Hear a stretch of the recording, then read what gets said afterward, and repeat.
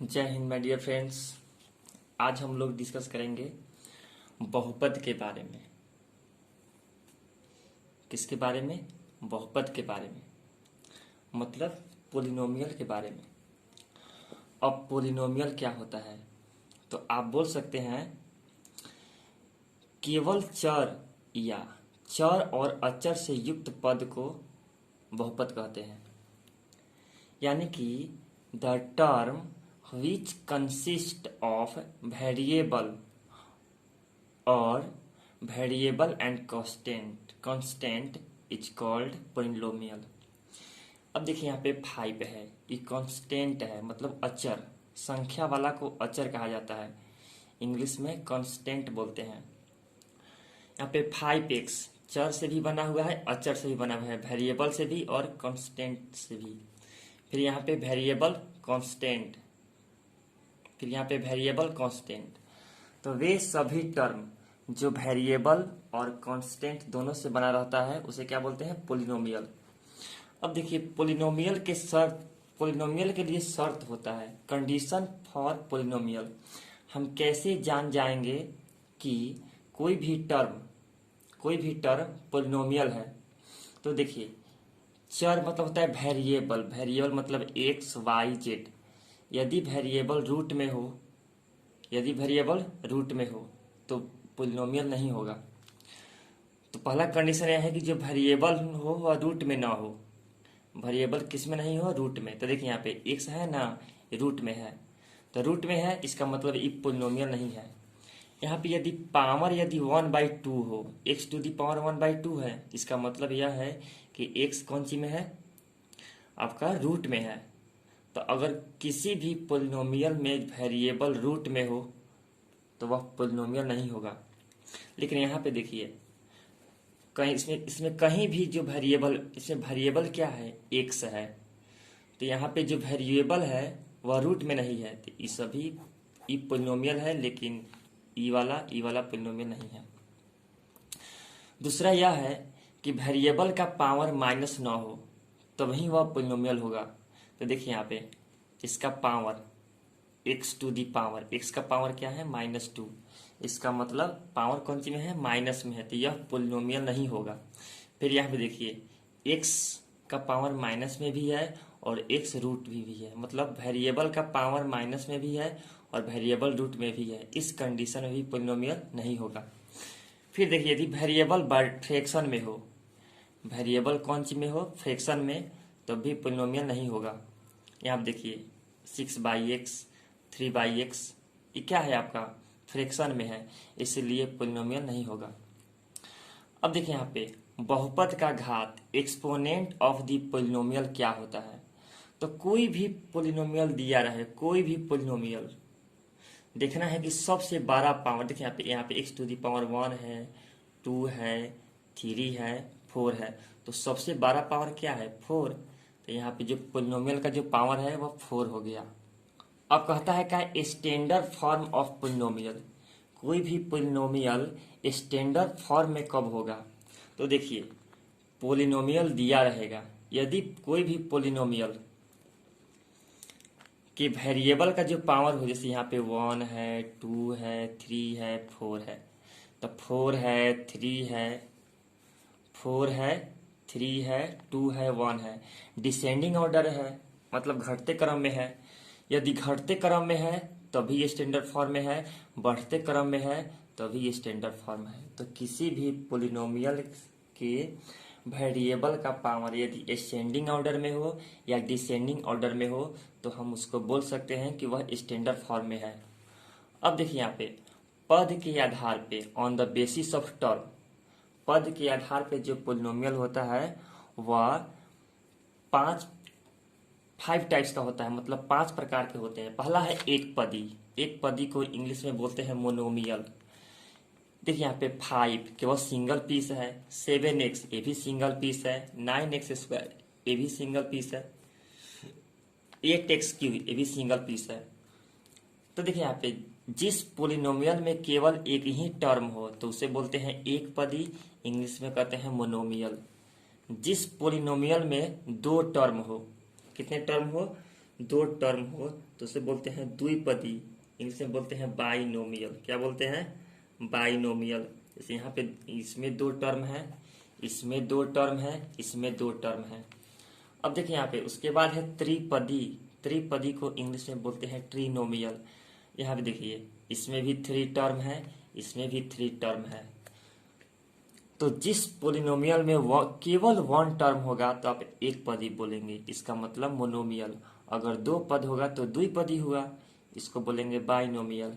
यदि तीन पद होगा तो त्रिपदी होगा, इसको बोलेंगे ट्रिनोमियल। एक होता है शून्य बहुपद। क्या होता है? शून्य बहुपद। वह बहुपद जिसका हर एक टर्म या जिसके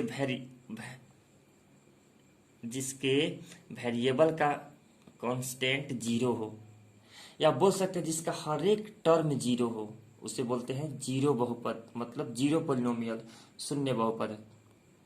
कांस्टेंट कांस्टेंट पोलिनोमियल, जिसमें केवल नंबर हो, जिसमें क्या हो? केवल नंबर, तो उसे बोलेंगे आपको जीरो पोलिनोमियल। घात के आधार पर, मतलब on the basis of power, power के आधार पे जो बहुपद है वो होता है फोर टाइप्स का। पद के आधार पे मतलब टर्म के आधार पे, on the basis of term polynomial होते हैं फाइव टाइप्स का, और on the basis of power polynomial होता है फोर टाइप्स का। पहला है एक घाती। एक घाती को बोलते हैं लीनियर। जैसे यहाँ पे देखिए एक्स का पावर कुछ नहीं है तो वन, तो यहाँ भी पावर वन हुआ, यहाँ भी पावर वन हुआ, यहाँ भी पावर वन हुआ, तो ये हो गया आपको एक घाती। तो जिस बहुपद का मैक्सिमम पावर वन हो उसे बोलते हैं एक घाती बहुपद। अब देखिए द्विघाती। द्विघाती को इंग्लिश में बोलते हैं क्वाड्रेटिक। क्या बोलते हैं? क्वाड्रेटिक। तो वह बहुपद जिसका मैक्सिमम पावर टू हो, सबसे अधिक पावर कितना हो? टू हो। द पोलिनोमियल है which have maximum power two. अब है त्रिघाती बहुपद, इसको बोलते हैं क्यूबिक। जिस बहुपद का मैक्सिमम पावर थ्री हो, the polynomial which maximum power is three. जिस पोलिनोमियल का मैक्सिमम पावर थ्री हो उसे बोलते हैं त्रिघात बहुपद। जैसे 5x3 9x का, देखिए यहाँ पे पावर, यहाँ पे वन, यहाँ पे टू, यहाँ पे थ्री, तो सबसे बड़ा पावर कितना हुआ? थ्री हुआ, इसलिए इसको त्रिघाती बहुपद कहते हैं। अब होता है चतुर्थ घातीय, इसको इंग्लिश में बोलते हैं क्वार्टिक, नहीं तो बाई क्वाड्रेटिक। पावर चार वाला को बोलते हैं चतुर्थ घाती। अब देखिए अब जो इम्पोर्टेंट पॉइंट जो हम बताने जा रहे हैं, यह हमेशा और हर बार परीक्षा में पूछा जाता है।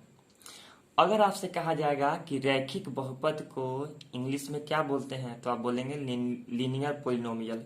इसका जनरल फॉर्म मतलब व्यापक रूप क्या होता है, तो आप बोलेंगे ax प्लस बी, जहाँ पे a not equal to zero, a का वैल्यू जीरो नहीं होना चाहिए।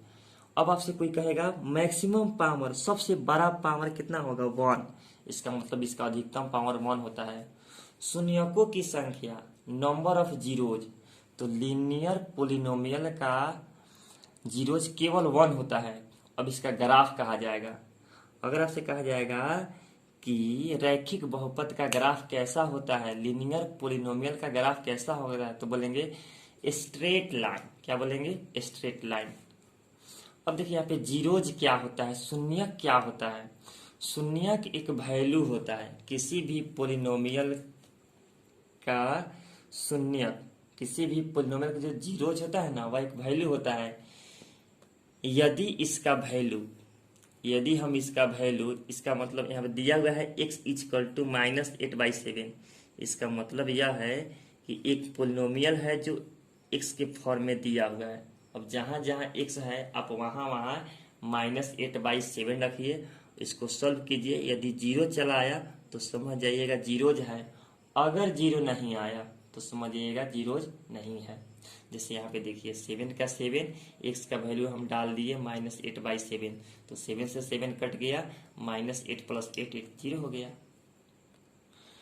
अब देखिए यहाँ पे द्विघात बहुपद, जैसा कि आप लोग जानते हैं कि द्विघात बहुपद को क्वाड्रेटिक पोलिनोमियल कहा जाता है।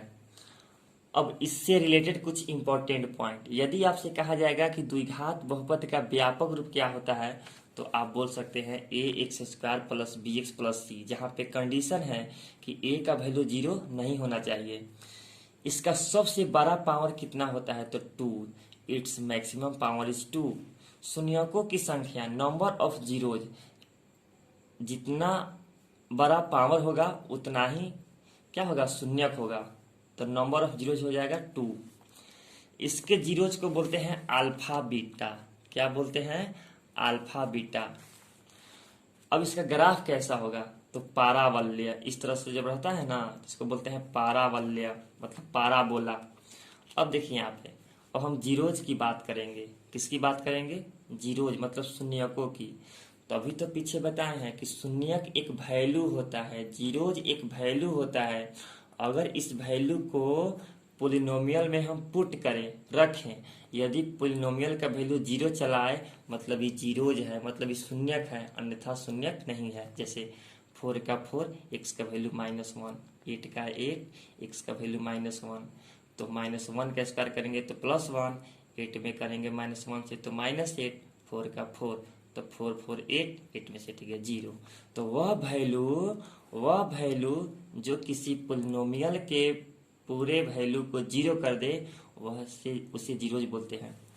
अब सबसे इंपॉर्टेंट पॉइंट जो परीक्षा में पूछा जाता है, यदि आपसे कहा जाएगा शून्य द्विघात बहुपद में, क्वाड्रेटिक पोलिनोमियल में शून्यकों एवं गुणांकों के बीच में संबंध, तो 2 तरह का संबंध होता है। पहला को बोलते हैं शून्यकों का योग, यह -b/a के बराबर होता है, यानी alpha plus beta equal to -b/a। शून्यकों की संख्या c/a, मतलब अल्फा इंटू बीटा बराबर c/a। जैसे यहाँ पे देखिए, यही ना है आपका a, यहाँ पे है b, यहाँ पे है c। एक्स स्क्वायर के पीछे वाला a, b, एक्स के पीछे वाला b और नंबर वाला। तो अगर सोचेगा अल्फा प्लस बीटा मतलब शून्यकों का योग, तो -b/a। कहेगा शून्यकों का गुणनफल अल्फा इंटू बीटा, तो c/a। ये फॉर्मूला आप दिमाग में नोट रखिएगा।